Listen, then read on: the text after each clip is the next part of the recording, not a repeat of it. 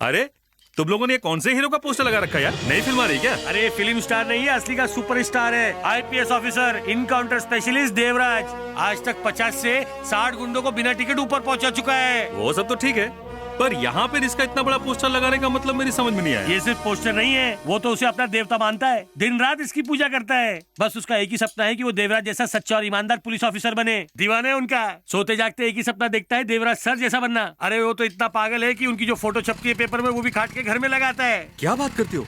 ये सरफिरा कौन है? दोस्तों और यारों के लिए है वो रवि, और गुंडे मवालियों के लिए पुलिस रवि। वो ऐसा इंसान है कि गुंडे मवालियों का तो क्या, पुलिस वालों का भी पसीना छूट जाता है। गरीबों का रखवाला है रवि। अरे साहब दिल थाम के बैठो, थोड़ी ही देर में आपको ट्रेलर और फिर पूरी पिक्चर देखने को मिलेगी।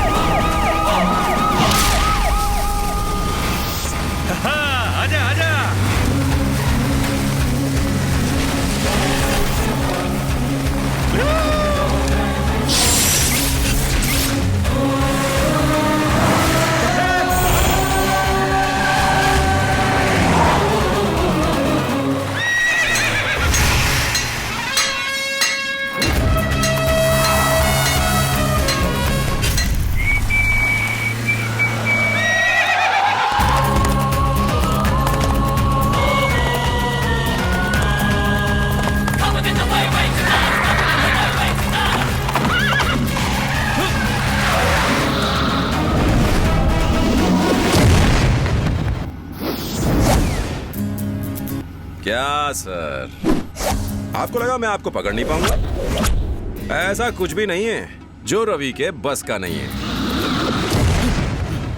एक बात बताइए, पुलिस वालों का काम होता है लोगों की मदद करना, और आपने एक बहरे बुड्ढे को गाड़ी से उड़ा दिया, वो भी 150 किलोमीटर की स्पीड से।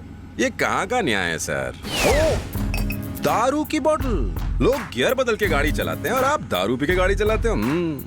खुद दारू पिए तो कुछ नहीं, लेकिन अगर हम दारू पी ले तो फिर मुंह सूंघ के अंदर कर देते हो। बोल मत कि मैं पुलिस वाला हूँ। तुझे याद है? अबे खाकी, अगर याद होता तो इस तरह छठे हुए बदमाश की तरह भागता नहीं। ऐसे होते हैं क्या पुलिस वाले? आया बड़ा मुझे सिखाने वाला। पुलिस ऐसे काम नहीं करती। तुम तो पुलिस वाले तक नहीं हो। पुलिस यानी कि देवराज। 4 से 5 साल इंतजार करो, फिर इस रवि को भी तुम्हें सैल्यूट मारना पड़ेगा। मैं भी पुलिस वाला बनने वाला हूँ। दारू जब अंदर जाती है तो झुलाती है, और जब ये बोतल अंदर जाती है तो सुलाती है।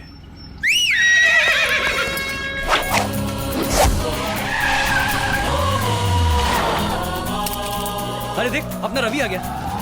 अरे क्या कर रहा है? चाबी तो दे। चाबी क्या, गड्डी भी नहीं मिलेगी। चाचा की हालत कैसी है? डॉक्टर ने बताया कि काफी खून बह चुका है। हमने ब्लड बैंक से खून का इंतजाम तो कर दिया है, लेकिन हमारे पास पैसे नहीं थे, इसीलिए उन्होंने इलाज करने से मना कर दिया है। अरे इतना दिलदार इंसान यहाँ है, क्यों फिक्र करता है? कितने पैसों की जरूरत है? ऑपरेशन और दवाई का मिला के 20,000। सर, आप मुझे 20,000 रुपए दे सकते हैं? क्यों बे साले, शादी में है क्या? पैसे क्या पेड़ पे उगते हैं? क्या कर रहा है? मेरा पर्स दे। सर 500 के नोट है, वो भी कड़क कड़क। देख जरा कितना माल है इसमें। पुलिस वाले का पैसे चोरी करता है, लंबे टाइम के लिए अंदर डालूंगा। 5 का जुगाड़ हो गया, 15 चाहिए। मुझसे पंगा मत लो। पुलिस वो क्या कहते हैं, सबका मालिक एक। समझा? कितना बड़ा जुर्म कर रहे हो? मेरी अंगूठी आज के भाव के हिसाब से 10 मिलेगा। खुद को बहुत शाना समझता है। रुक तुझे बताता हूँ। 5,000 रुपए मिल जाएंगे इसके, भेज दे। ठीक है भाई। क्या रे, तुझे क्या लगता है तू पुलिस वाले को आसानी से लूट लेगा? बहुत बड़ी गलती की तुम लोगों ने। अंदर चलो, तुम्हें पता चल जाएगा तुमने क्या गलती की है। आ जाओ। ये आदमी कड़ी मेहनत करके अपना घर चला रहा था, पर तुमने तो इसे खटिया पर लिटा दिया। डॉक्टर कहता है कि इसे 2 महीने लगेंगे ठीक होने में। तब तक इसके परिवार का ख्याल कौन रखेगा? अगर कभी गलती हो जाए तो दिल से पश्चाताप करना चाहिए। जाओ बाहर जाके चुल्लू भर पानी में डूब मरो। ये नहीं, रहने दो बेटा। नहीं, रख लीजिए। तुम हमारे कुछ भी नहीं लगते, फिर भी तुमने हमारी मदद की। मैं गरीब तुम्हारा एहसान कैसे चुकाऊंगी बेटा? माँ जी, मैंने आप पर कोई एहसान नहीं किया, बस आपका थोड़ा ख्याल रखा है। और मैं अनजान का हूँ, मैं आपका बेटा ही तो हूँ। ऊपर वाला सब कुछ देख रहा है, उसी ने मुझे भेजा है आपकी मदद करने। बेटा, बाहर पुलिस उसे परेशान तो नहीं करेगी ना? पुलिस परेशान करेगी? अरे कल हमारा भाई पुलिस बनेगा, परसों कलेक्टर, उसके बाद मिनिस्टर, उससे कौन पंगा लेगा? सर, क्या हुआ? अनवर लंगड़ा के लोग हमारे लिए परेशानी खड़ी कर रहे हैं सर। Damn it! खुद को पुलिस ऑफिसर कहते हो, चंद गुंडों को संभाल नहीं सकते और खुद को एक जिम्मेदार इंस्पेक्टर समझते हो? उतार दो ये वर्दी, तुम इसके काबिल नहीं हो। देवराज सर, आपने जो एनकाउंटर किया है उसके बारे में आपका क्या कहना है? गुंडे समाज में फैली हुई गंध है, उन्हें जड़ से उखाड़ देना बहुत जरूरी है। इन सब गुंडों का माई बाप विनाश राव है, तो आप उसे क्यों नहीं पकड़ते? अभी तो बस ये शुरुआत है, आगे देखिए क्या होगा। और अगली बारी विनाश राव की ही होगी।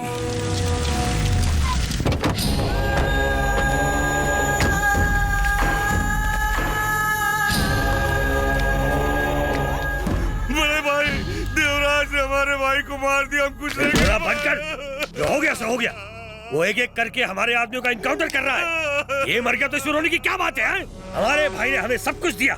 मुझे देख, मैं यहाँ नागपाड़ा का डॉन हूँ। अपने धंधे में ऐसा होते रहता है। आज ये मरा, कल ये मरेगा, कल तू सब मरेंगे, कोई नहीं बचेगा। हम सब एक एक करके साफ हो जाएंगे। आखिर में उसका हाथ आपके गिरेबान तक आ पहुँचेगा, तब आपको कौन बचाएगा? है? उसे मौत के घाट उतार देना चाहिए। विनाश राव, नाम सुनते ही तबाही का मंजर आंखों के सामने आ जाता है। इसकी दहशत के आगे बड़े बड़े इंडस्ट्रियलिस्ट्स, बिजनेसमैन, यहां तक कि मंत्री भी अपना सर झुका लेते हैं।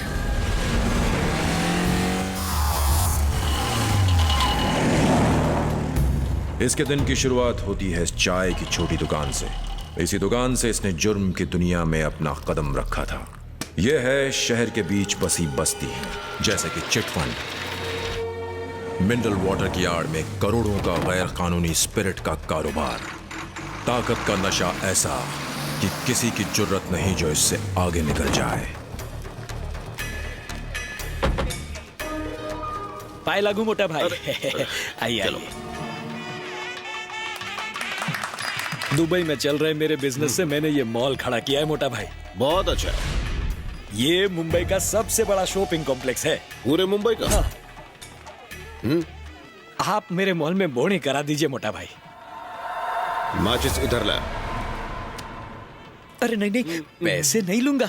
ये तुम्हारी बोनी है, रख लो। जय लक्ष्मी माँ। भैया जरा मेरे साथ में आएंगे? क्या हुआ? वो सामान आ गया। मैं अभी हाँ, आया। काम पहले। आओ, सामान तो चेक कर लिया है ना? पेमेंट सामान चेक करने के बाद ही करना, बाकी मैं बात कर लूंगा, तुम जाओ। अरे रे, सामान जला दिया, मेरे मॉल में आग लगा दी। तुम्हारी हिम्मत कैसे हुई? मुझसे बड़ा कोई नहीं बन सकता। मेरे मॉल में आग लगा दी। अरे मैं तो बर्बाद हो गया।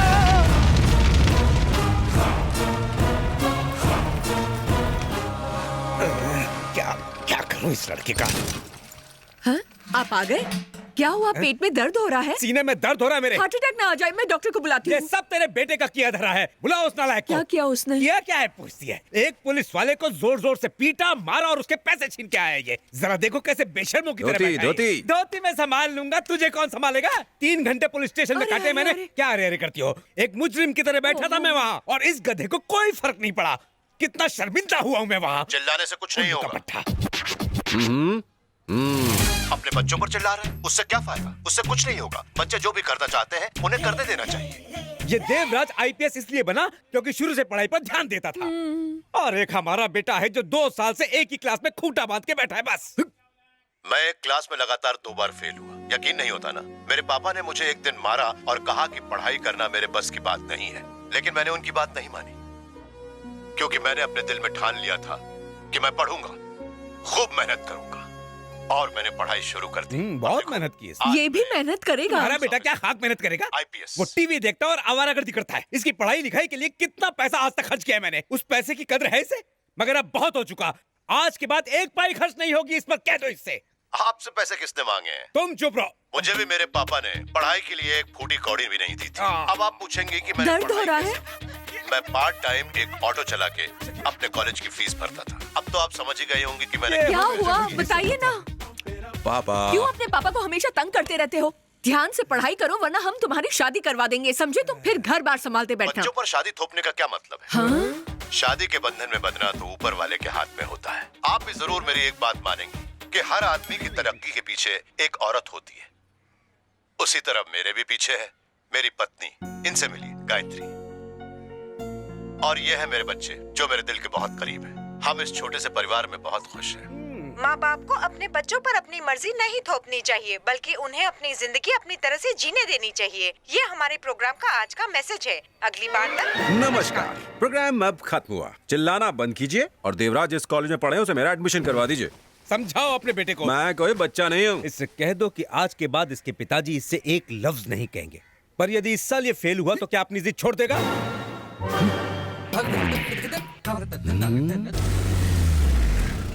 राघव, शाम को 5 बजे आना। ठीक है सर। पापा आप आ गए? ये अंकल और उनके दोस्त कितने अच्छे हैं। आप भी हमारे साथ खेलिए ना। नमस्कार सर। नमस्कार सर। सब नमस्कार करो। नमस्कार सर। नमस्कार सर। नमस्ते सर। पापा मेरे लिए चॉकलेट लाए। नमस्कार सर। पापा ये अंकल तो कैरम खेलने में मास्टर है, एक भी गेम नहीं हारे। नमस्कार सर। कहाँ थे आप? मैं कब से आपको फोन कर रही थी। घर पर मेहमान आए हैं और आपका कोई पता नहीं। अच्छा लगता है क्या? सही कहा ना भैया? तुम्हारी पत्नी के हाथों में जादू है, किस्मत वाले हो। एक मिनट मैं पानी लेकर आती हूँ। देवराज, एक पंछी था जो नदी की सारी मछलियों को खाए जा रहा था। एक एक करके सभी मछलियां खत्म हो रही थी। पानी में बहुत ही कम मछलियां बच गई थी। सबको खा गया वो पंछी। उसके शिकारों में धींगरा था राजू, परवेश और आखिरी शिकार अनवर लंगड़ा था। वो और शिकार करना चाहता था पर मछली बची ही नहीं। और एक दिन आ गया एक बड़ा मगरमच्छ, यानी कि मुझे मारना चाहता है ना। मैं नहीं चाहता कि मुझे तुम्हें ढूंढने की मेहनत करनी पड़े। अब मैं तेरे बिल्कुल सामने खड़ा हूं, तेरे घर में। मार मुझे। ओए रवि! अरे रवि, अपने भोले का दिमाग खराब हो गया लगता है। क्या हुआ? तू खुद ही देख ले, पता चल जाएगा। अरे मैं लुट गया, बर्बाद हो गया।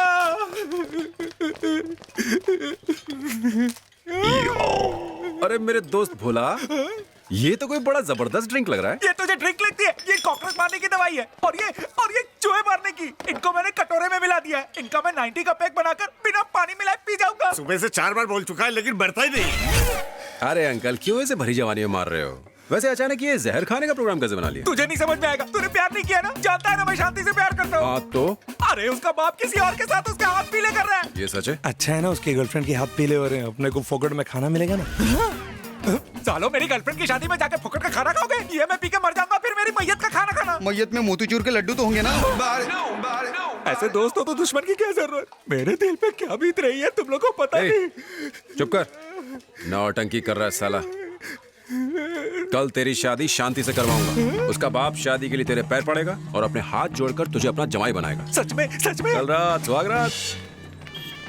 मेहमानों का अच्छे से ख्याल रखना। मुहूर्त का टाइम निकला जा रहा है। ठीक है पंडित जी।